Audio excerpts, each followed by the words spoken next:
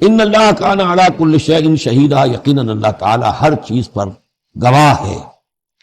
اب آئی ہے وہ آیت، اصل میں کانٹے دار آیت جو ہے، جو عورتوں کے حلق سے بہت مشکل سے اترتی ہے، کانٹا بن کر اٹک جاتی ہے۔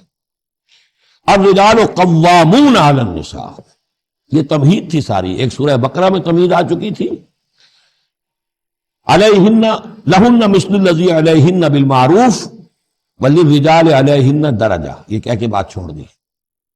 آگے آئے لا تتمنوا ما فضل اللہ بعضهم علی بعض، اور مزید اس کے لیے ذہنی جو ہے تیاری کر دی۔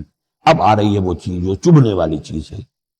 الرجال قوامون علی النساء، مرد عورتوں پر حاکم ہیں۔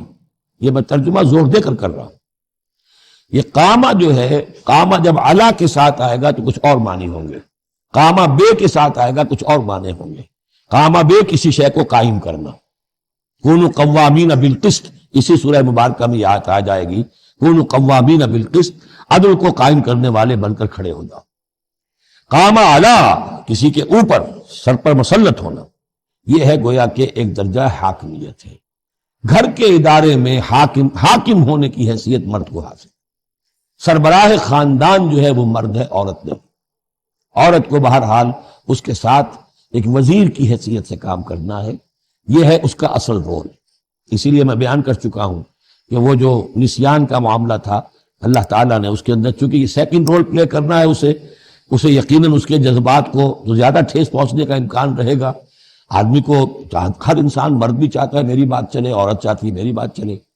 اب آخر کار کس کی بات چلے گی؟ یا تو دونوں کسی طریقے سے کسی مسئلے میں متفق ہو جائیں، اور عورت جو ہے بیوی اپنے شوہر کو دلیل سے، اپیل سے جس طرح قائل کر لے تو معاملہ ٹھیک ہو گیا۔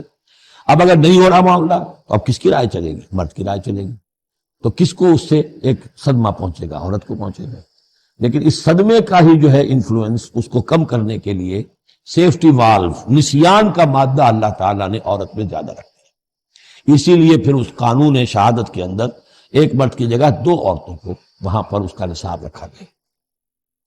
الرجال قوامون علی النساء بما فضل اللہ بعضهم علی بعض۔ اب یہ دوسری بات ہے کہ اگر وہ شوہر حاکم ہو کر ظلم کرتا ہے، ان کے حق ادا نہیں کرتا ہے، تو اللہ کے یہاں بڑی سخت پکڑ ہوگی۔ یہ تو دوسری بات ہے بالکل۔ لیکن یہ کہ جو قانون ہے اسلام کا وہ یہی ہے کہ یہ اختیار دیا گیا، اب آپ اس اختیار کا غلط استعمال کر رہے ہیں، آپ اس کو ظلم کا ذریعہ بنا رہے ہیں، تو اس کی سزا اللہ تعالیٰ کے ہاں آپ کو مل جائے گی۔ بما فضل اللہ بعضهم علی بعض، بسبب اس فضیلت کے جو اللہ نے بعض کو بعض پر دی ہے، وبما انفقوا من اموالہم، اور بسبب اس کے کہ جو وہ خرچ کرتے ہیں اپنے مال۔ اب دیکھیے یہ خرچ کرنے کا معاملہ اسلام میں شادی سے شروع ہو گیا۔ شادی مرد کی بھی ضرورت ہے، عورت کی بھی ضرورت ہے، لیکن مرد مہر دیتا ہے، عورت مہر وصول کرتی ہے۔ تو جو خرچ کرنے والا ہے اب اس کی ایک حیثیت دوسری ہو گئی۔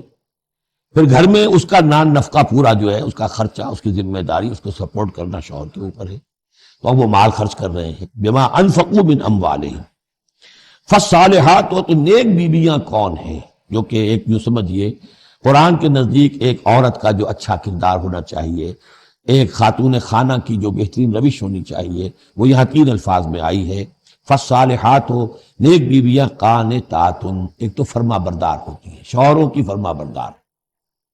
حافظات للغیب، غیب میں حفاظت کرنے والیاں، یعنی ظاہر بات ہے کہ مال ہے کسی کا تو گھر میں ہے، وہ تو کام پہ چلا گیا ہے، اب وہ کس کی حفاظت میں ہے؟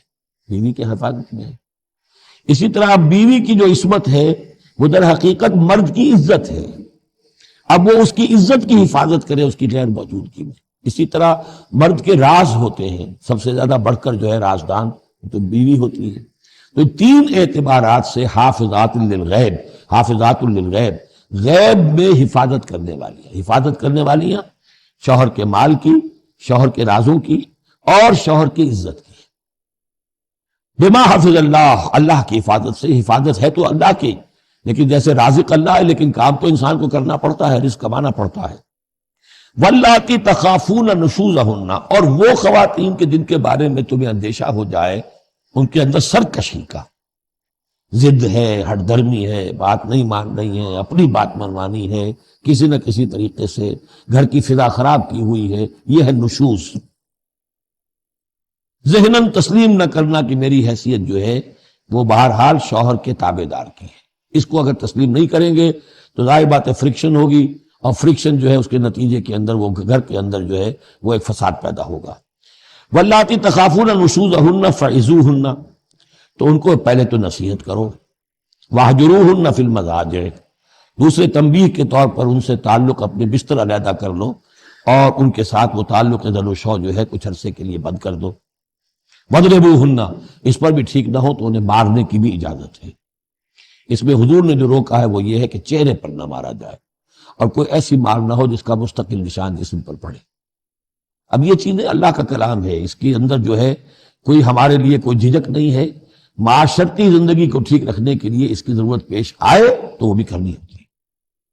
فَإِنْ أَطَعْنَكُمْ، پھر اگر وہ تمہاری اطاعت کریں، فَلَا تَبْغُوا عَلَيْهِنَّ سَبِيلًا، تو اب ان پر خام خواہ کی زیادتی کرنا، پچھلے غصے نکالنا، بار بار جو ہے وہ اپنے غصے کا اظہار کرنا، یہ بھی ٹھیک نہیں ہے. ان اللہ کان علیٰ کبیرہ، یقیناً اللہ تعالیٰ بہت بلند ہے، بہت بڑا ہے.